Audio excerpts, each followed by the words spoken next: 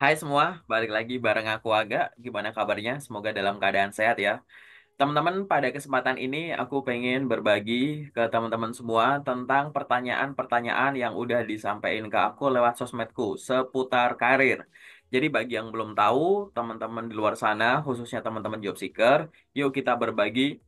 Kalau teman-teman ada pertanyaan atau hal-hal seputar karir yang teman-teman belum tahu, belum paham, atau masih ambigu, terus pengen bertukar pikiran, teman-teman bisa ngubungin aku lewat sosmed-sosmedku. Teman-teman bisa nemuin sosmedku di channelku ini ya. Nah, di sini ada pertanyaan menarik, teman-teman. Jadi pertanyaan dari salah satu teman kita itu adalah, Kak Aga, apa ciri-ciri undangan kerja palsu? Nah, di sini ada yang pernah dapat undangan kerja palsu nggak? Ini aku udah sering banget ya bahas tentang lowongan kerja palsu dan kerja palsu kalau teman-teman sering nyimak di channelku ini. Tapi nggak apa-apa, kita akan bahas ya. Nanti silahkan kalau ada yang kurang bisa dituliskan di kolom komentar, bisa ditambahkan. Menarik nih, teman-teman di sini ada yang udah pernah dapat undangan kerja palsu belum? Atau ada teman-teman yang baru mau lulus, baru tahu kalau ada namanya undangan kerja palsu. Ya, ada ya teman-teman ya. Yuk kita ngobrol aja. Jadi undangan kerja palsu itu biasanya berasal dari lowongan kerja palsu. Oke. Kenapa kok aku menggunakan kata biasanya? Karena terkadang undangan kerja palsu itu akan datang tanpa perlu kita lamar. Tiba-tiba ngundang itu. Jadi sebenarnya ada beberapa ciri-ciri tentang undangan kerja palsu. Nanti silahkan dilengkapi ya teman-teman ya. Yang pertama adalah undangan tersebut ngundang teman-teman, padahal teman-teman itu nggak ngelamar sama sekali. Itu bisa dipastikan itu palsu. Bedakan dengan tawaran kerja ya teman-teman. Kalau ini tuh undangan tes. Jadi teman-teman itu nggak ngerasa lamar, memang bener-bener nggak ngelamar, tiba-tiba dapat undangan kayak gitu. Nah itu bisa dipastikan palsu.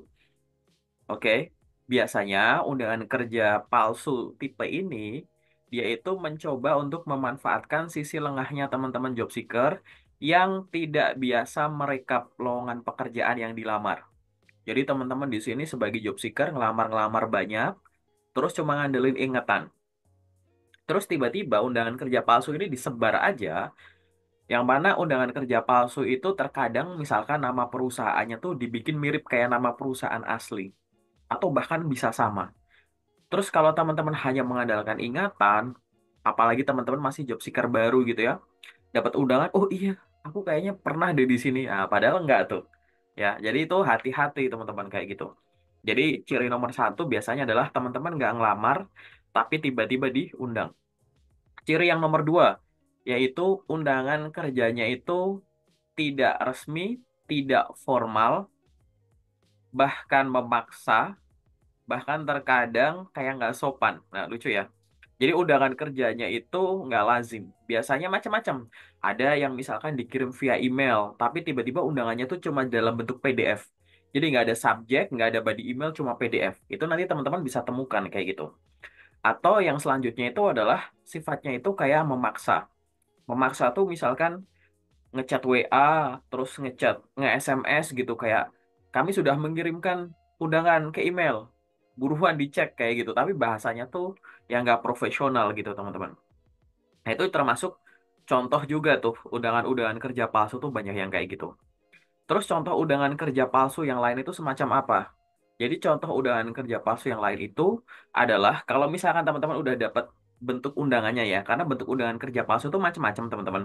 Aku pernah nemuin yang bentuknya itu kayak teks aja yang dikirimkan via WA, WhatsApp, atau lewat SMS.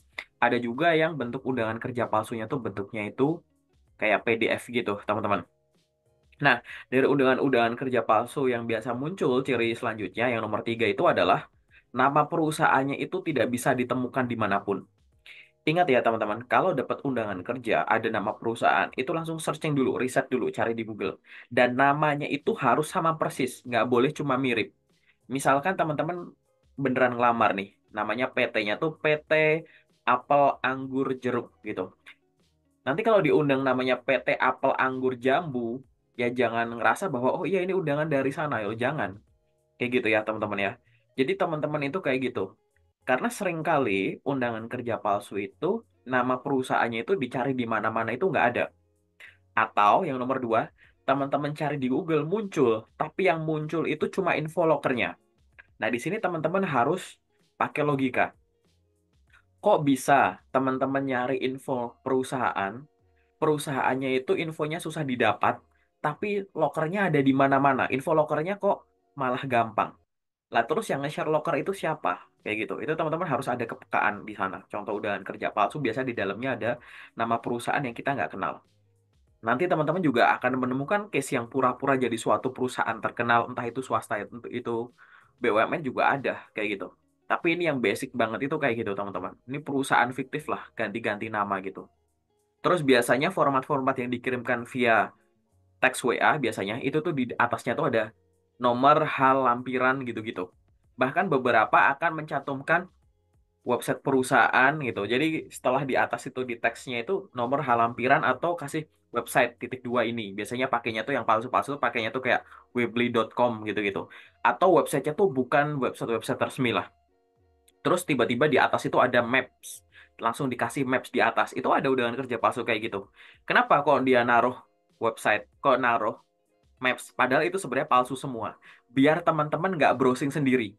Jadi biar teman-teman begitu dapat undangan, harapannya tuh ngeklik link itu, websitenya ini, kemudian lokasinya ini. Karena kalau teman-teman googling sendiri, browsing sendiri, ternyata nggak ketemu websitenya. Websitenya ya website-website yang kayak begini, ya. Itu ciri-ciri yang selanjutnya tuh, nomor berapa? Nomor 4 ya. Jadi ada website, ada lokasi yang ditaruh di atas, kadang-kadang ada format nomor halampiran, di mana itu disediakan biar teman-teman itu nggak browsing, nggak googling. Itu kadang suka muncul. Kemudian ciri yang lain undangan kerja palsu di dalamnya itu kalau teman-teman ngelihat itu banyak typo-typonya. Typonya macam-macam. Ada yang biasanya kalau undangan itu kan format penulisannya kan ya yang bahasa formal, baku, titik koma, kapitalisasi, kapital besar kecilnya itu kan jelas ya gitu. Itu enggak. Jadi kadang ada yang hurufnya itu tiba-tiba kapital semua. Kadang ada yang di kapital tiap kata gitu. Jadi apa huruf depannya gitu loh teman-teman gitu. Terus kadang formatnya acak-acakan kayak hasil copy paste nggak jelas gitu. Wah, itu udah jelas palsu. Kemudian kalau kita mau baca lagi ke isinya, teman-teman, contoh undangan kerja palsu ini aku bahas yang di teks ya, yang lebih banyak di WhatsApp gitu. Biasanya tuh sumbernya itu nggak jelas. Dalam arti gini, di dalamnya tuh suka ada bahasa gini. Berdasarkan lamaran kerja Anda yang kami terima dari situs online. Nah, kan nggak jelas situs online itu apa. Job portal, website, atau apa. Bahkan kadang tuh suka nyebut teman-teman. Yang mereka tuh kayak bingung sendiri. Jadi kayak pura-pura tuh tahu. Misalkan berdasarkan lamaran Anda melalui. Misalkan aku sebut ya Jobstreet. Garis miring, Glitch, garis miring, LinkedIn. Garis miring, situs online lain gitu. Pakai garis miring gitu. Yang mereka sendiri aja nggak tahu kita ngelamar via apa kan. Nah itu buat mancing sebenarnya.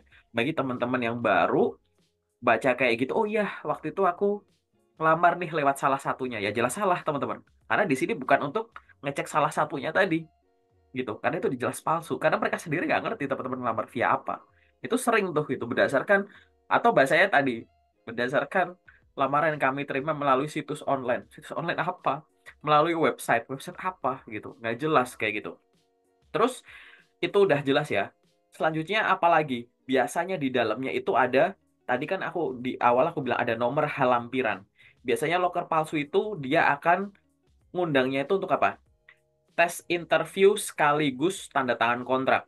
Atau tes interview sekaligus pembagian wilayah kerja. Atau tes interview sama dan tanda tangan kontrak kerja gitu-gitu bahasanya. Aneh gitu. Proses rekrutmen itu berdiri sendiri-sendiri, teman-teman. Jadi administrasi, nanti mungkin ada psikotes, ada interview, ada macam-macam gitu. Jadi sering kali aku menemukan contoh lowongan kerja palsu, sorry, contoh undangan kerja palsu, dia tuh ternyata halnya di situ adalah psikotes, wawancara, dan pembagian wilayah kerja. Wawancara atau interview dan tanda tangan kontrak. Interview dan pembagian wilayah kerja kayak gitu, langsung digabung-gabung gitu. Itu nggak masuk akal, teman-teman. Jangan dicoba, teman-teman. Di grup lokerku tuh udah banyak banget orang yang ketipu hal-hal semacam itu. Aku bukan katanya-katanya. Udah banyak orang di grupku yang pernah ngalamin itu. Sekarang udah pada pinter-pinter nggak mungkin ketipu. Gitu. Tapi kan dulu-dulu nggak ada yang ngasih edukasi ini, makanya banyak yang kejebak. Nah, ini aku bikin video ini biar teman-teman nggak kejebak gitu, ya. Jadi nggak ada itu namanya interview plus pembagian wilayah kerja gitu, ya. Kemudian apalagi biasanya di dalam email itu yang atau di dalam pesan itu yang kelihatan palsu. Di dalamnya itu ada rute-rute. Jadi misalkan lokasinya di sini, rute naik ini turun ke sini, turun ke sini, turun ke sini, naik ini turun ini turun ini. Lah emang lu tahu gue datang dari mana kayak gitu, ya kan? Ya terserah rutenya mau lewat mana kan kayak gitu. Biasanya aku bisa bilang hampir semua yang ngasih rute-rute gitu tuh palsu. Menurutku semua sih. Kayak aku revisi, semua yang ngasih rute-rute itu palsu. Karena aku sejauh ini ngelihat loker, ngelihat undangan kerja, aku belum pernah ngelihat yang ada rutenya tuh asli. Apalagi rutenya tuh detail sekali. Naik ini, naik bus ini, naik ini, naik ini kayak gitu. Itu jelas palsu, teman-teman. Ya. Jadi ngasih rute-rute itu jelas palsu. Kemudian apalagi yang kelihatan palsu biasanya tuh undangan kerja palsu tuh ada kayak silahkan bawa dokumen ini, nah, tapi kalau ada ini yang kurang bisa disusulkan gitu. Itu bukan bahasa lazim di undangan kerja perusahaan asli, teman-teman. Nggak ada bahasa-bahasa kayak nanti disusulkan gitu-gitu di undangan kerja itu nggak ada. Ya, jadi hati-hati itu contoh palsu. Yang selanjutnya apa? Disuruh bawa materai dan dokumen pribadi. Oke, silahkan teman-teman baca undangan kerja yang teman-teman dapat itu. Kalau di situ ada tulisan silahkan bawa materai 10.000 dua lembar, materai 10.000 tiga lembar, dan seterusnya, itu udah jelas palsu. Nanti teman-teman kalau datang, teman-teman akan dipaksa tanda tangan di situ di atas materai, disuruh bayar. Nanti teman-teman pulang, balik lagi. Kalau minta duitnya nggak bisa. Kalau teman-teman nuntut, ya susah. Kenapa? Karena orangnya itu udah punya tanda tangan teman-teman di atas materai gitu. Mau nuntut juga susah itu mau ke pusat-pusat paling nanti teman-teman harus somasi dan lain-lain kayak gitu. Jadi kalau teman-teman langsung screening ya dapat undangan kerja langsung lari, ada nggak disuruh bawa materai? Kalau langsung ada, udah skip. Oh ada rute-rute, skip kayak gitu-gitu ya. Dan itu jelas palsu teman-teman kayak gitu. Jadi ada undangan kerja kayak gitu. Kemudian apalagi yang ada di situ? Yaitu adalah ngundangnya itu untuk posisi yang tersedia tuh macem-macem dengan gaji yang fantastis yang nggak masuk akal. Kualifikasinya gampang, pekerjaan yang dibukanya banyak, gaji-gaji dicantumin secara berlebihan. Karena nyantumin gaji itu belum tentu undangan kerja palsu. Ada beberapa perusahaan rekrutmen konsultan yang bahkan di lokernya itu akan nyantumin gaji. Tapi, dan di undangan juga kadang ada. Tapi kalau yang nggak masuk akal tadi, itu juga kadang dicantumin bersamaan dengan ini. Gitu.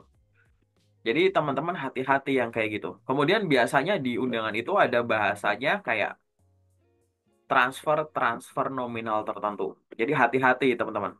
Jadi di undangan tersebut, kalau di undangan tersebut ada arahan untuk mengeluarkan biaya untuk apapun itu, biaya akomodasi, transportasi ini itu, nanti dikembalikan ada pengembalian dana ke rekening sini, konfirmasi ke WA ini. Nanti ada sistemnya kayak gini, mekanismenya kayak gini. Jelas palsu, teman-teman. Karena rekrutmen perusahaan itu tidak dipungut biaya apapun. Kayak gitu. Itu hati-hati dengan hal-hal yang semacam itu ya, teman-teman ya. Oke. Jadi nggak ada tuh rekrutmen yang berbayar-berbayar kayak gitu. Jadi teman-teman nanti makin sering lamar kerja, makin sering teman-teman tahu bahwa kayak nggak gini deh ngelamar kerja deh gitu. Jadi itu hati-hati ya teman-teman ya. Yang kayak gitu itu jelas palsu. Nanti kalau teman-teman udah hafal, biasanya undangan kerja palsu ini biasanya akan ngarah ke lokasi-lokasi tertentu, ke titik-titik yang sama, padahal nama perusahaannya beda-beda. Itu nanti teman-teman juga akan temukan. Itu di beberapa case, nggak di semua case. Mungkin di sini yang nonton video ini pasti ada yang udah hafal ya. Ya kasih edukasi teman-teman yang belum paham aja sama si teman penanya kita gitu. Jadi tuh hati-hati yang udah kayak gitu teman-teman. Undangannya udah yang nggak jelas kayak gitu. Ya, terus nanti ada ajakan. Boleh membawa rekan saudara siapa, siapa, siapa. Dan terkadang undangan kerja palsu ini tuh ada sindiran-sindiran atau kalimat-kalimat sugestif di bawahnya. Misalkan waktu itu aku pernah baca ada undangan kerja palsu, tulisannya itu misalkan gini. Kesempatan tidak datang dua kali, silahkan datang bagi yang niat saja, yang tidak niat gak usah. Intinya kayak gitu. Itu mungkin teman-teman yang nonton ini ada yang nonton, yang pernah dapat undangannya gitu. Itu hati-hati itu jelas palsu ya, teman-teman ya. Jadi kayak gitu. Jadi kayak silahkan ini asli. No ADM, no ini. Silahkan datang bagi yang ini gitu. Nah itu jelas. Kadang di periodenya teman-teman. Di waktu kehadirannya. Silahkan datang di jam segini. Atau antara jam segini sampai jam segini. Silahkan datang lebih awal untuk kita prioritaskan. Gak ada kayak gitu teman-teman. Udahan kerja asli itu gak ada bahasa-bahasa kayak gitu. Ya. Itu jelas palsu kayak gitu teman-teman. Apalagi yang nanti yang bentuk undangannya tuh bentuknya kayak PDF gitu. Ada transfernya lah untuk biaya-biaya ini itu, ada etiket lah. Nanti disuruh beli tiket ini itu, nanti ada reimbursement lah, nanti konfirmasi ke nomor WA tertentu. Kemudian nanti ada tabel-tabel contoh ini nama-nama pesertanya gini-gini gitu. Ada jelas palsu teman-teman gitu. Itu hati-hati yang sifatnya kayak gitu. Ya, karena kenapa kok aku bilang hati-hati? Undangan kerja palsu yang bentuknya PDF atau teks ini itu udah ada dari dulu banget teman-teman. Ini video ini aku bikin di tahun 2024 bulan Juni. Ya, aku udah dapet undangan-undangan kayak gitu tuh udah dari dulu banget teman-teman. 2015 ke belakang aja udah ada gitu. Nggak ngerti juga sih kenapa kok masih nyebar sampai sekarang. Tapi memang ya dari dokumen-dokumen yang aku udah pernah lihat gitu, memang ada perkembangan gitu. Mereka ada perbaikan bahasa dan lainnya, tapi sama aja teman-teman. Masih gampang diidentifikasi kalau itu palsu. Jadi teman-teman di sini hati-hati aja ya. Nah, itu adalah beberapa ciri-ciri dari contoh undangan kerja palsu. Bagi teman-teman yang belum paham, silahkan banyak browsing aja karena udah banyak yang ngasih edukasi teman-teman dalam bentuk artikel, dalam bentuk video gitu, contoh undangan kerja palsu, bahkan contoh lowongan kerja palsu. Bahkan ada yang sharing tentang alamat-alamat favorit nih buat loker-loker palsu itu bisa kemana-mana aja itu ada tuh kalau teman-teman mau browsing gitu. Silahkan pelajari saja. Kenapa? Untuk kehati-hatian. Di luar sana penipu-penipu itu tuh belajar tiap hari cara-cara baru gimana ya biar makin banyak yang ketipu kayak gitu. Ya, jadi teman-teman harus pelajari itu. Jangan cuma belajar gimana caranya interview, gimana caranya bikin CV yang bagus, tapi pelajari gimana bedain antara loker asli dan loker palsu. Nah, paling sementara itu dulu ya jawaban dari aku. Terima kasih untuk pertanyaannya. Nanti kalau ada ciri-ciri undangan kerja palsu yang lain, silahkan teman-teman tambahkan di kolom komentar. Yuk kita belajar bareng, kita peringatkan teman-teman yang lain yang belum tahu khususnya. Jangan sampai jadi korban. Dan kalau misalkan teman-teman ada pertanyaan lain yang mau didiskusikan, silahkan bisa hubungi aku lewat salah satu sosmedku yang teman-teman bisa temukan di channelku.